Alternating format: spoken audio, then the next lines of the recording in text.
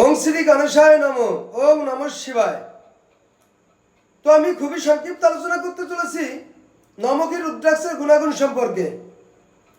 এই নমকি রুদ্রাক্ষ দুর্গার ৯টি রূপ, অর্থাৎ নবদুর্গার স্বরূপা।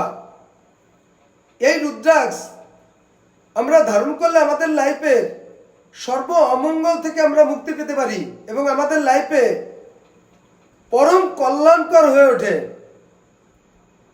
এই নমকি রুদ্রাক্ষ ধারণে আমাদের লাইফে সার্বিক পাপ থেকে মুক্তি লাভ হয়ে থাকে এবং এই নমকি রুদ্রাক্ষ আমাদের সর্বশত্রু, সর্ববাধাবিঘ্ন এবং সর্বদুষ্ট দমন হয়ে থাকে।